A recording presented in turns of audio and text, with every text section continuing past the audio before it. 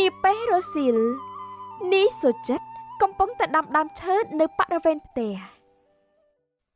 ណែប្រចឹងល្អឯងលើខ្ញុំហៅទេឯងនៅធ្វើបង្ងើយទៀតឬចង់ឲ្យខ្ញុំហក់ទៅថែឯងឲ្យដួលផ្កាប់មុខមែនទេហ្នឹងតែផាប់មាត់ឆ្លើយជាមួយខ្ញុំមកវិញអូនេះនាងឆ្នះឆ្នើមរបស់ខ្ញុំសោះស្មានតែជាកញ្ចែមកពីណាតាខ្ញុំមិនមែនជាកញ្ចែទេ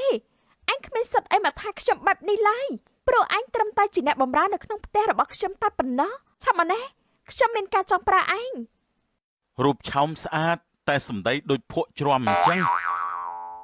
អញចង់សម្ដៅថាឲ្យអ្នកណាអាប្រុសសំអុយខ្ញុំមានឈ្មោះរបស់ខ្ញុំមិនមែនឈ្មោះប្រុសសំអុយទេមេត្តានាងហៅឲ្យត្រូវឈ្មោះផងបើមិនត្រូវទេមិនធ្វើតាមបញ្ជារបស់នាងទេអញគ្មានសិទ្ធិបកកាយតវ៉ាជាមួយនឹងខ្ញុំទេព្រោះខ្ញុំជាចៅហ្វាយឯងឲ្យចេះដឹងអ្នកណាមេកាយកូនចៅផងកុំដំឡើងខ្លួនជ្រុលពេកជាមួយខ្ញុំព្រោះពេលនេះមិននៅចិត្តម៉ែពុកខ្ញុំទេបើឯងមិនធ្វើតាមអញក៏ឈប់ធ្វើការនៅក្នុងផ្ទះខ្ញុំនេះទៅនឹងលែងចាំបាច់ស្ដាប់បញ្ជាអ្នកណាទៀតហើយនាងមានការអីចង់ប្រើខ្ញុំក៏ប្រាប់មកចុះបើអាចធ្វើបានខ្ញុំនឹងធ្វើជូននាងជាមិនខានទេកុំឲ្យតែជារឿងខុសឆ្គងទៅគឺបានហើយអ្នកនាងកញ្ចែឆ្នះជូនខ្ញុំទៅផ្ទះកូនដណ្ដឹងរបស់ខ្ញុំចរិតម៉ាក់នេះមិនដឹងជាគូទៅដឹងទ្រាំបានយូរប៉ុណ្ណានោះទេមនុស្សស្រីស្អីគេទៅរកគេដល់ផ្ទះកើតដែរចៅវាយបញ្ជាអញតវ៉ាច្រើនម្ល៉េះឲ្យឆាប់ទៅយកស៊ីក្លូចេញមកធាក់ស៊ីក្លូជូនខ្ញុំទៅ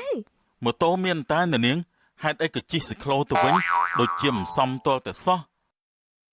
ចៅវាយប្រើអីក៏ធ្វើនឹងទៅកុំមករអ៊ូច្រើនពេកហើយកុំភ្លេចយកផ្លែឈើទៅជាមួយផងព្រោះកូនដណ្ដឹងខ្ញុំឈឺខ្ញុំទៅសួរសុកតុកគេបាទទទួលបញ្ជានាងឆ្នះនិយាយរួចនីសូចិត្តក៏ដើរចេញទៅ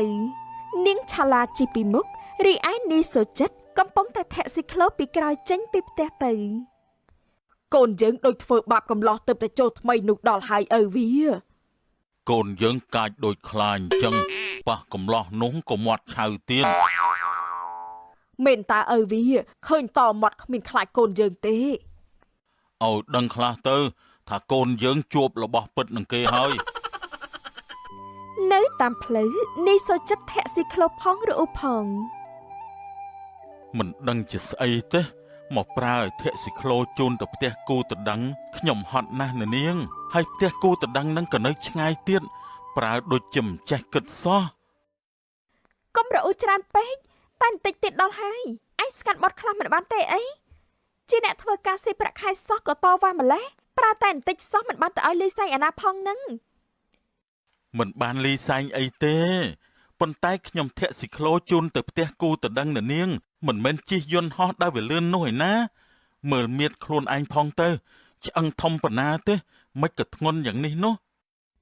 រអ៊ូតវ៉ាគ្មានបាត់មួយម៉ាត់ទេឯងនេះចាំខ្ញុំថែមឲ្យលើប្រាក់ខែកូនរបស់ឯងកុំរអ៊ូពេកស៊ីក្លូក៏ត្រូវបានថែមមកដល់ផ្ទះគូដណ្ដឹងនាងឆាឡាឡាមុំដល់ផ្ទះគូដណ្ដឹងខ្ញុំហើយឈប់ត្រឹមនេះបានឯងចាំខ្ញុំនៅនឹងហើយមិនបាច់ចូលទៅជាមួយទេខ្ញុំមិនចង់ឲ្យអ្នកណាសួរពីឯងច្រើនទេបាទនាងឆ្នះរបស់ខ្ញុំអញ្ជើញចូលទៅចោះទៀនម្ចាស់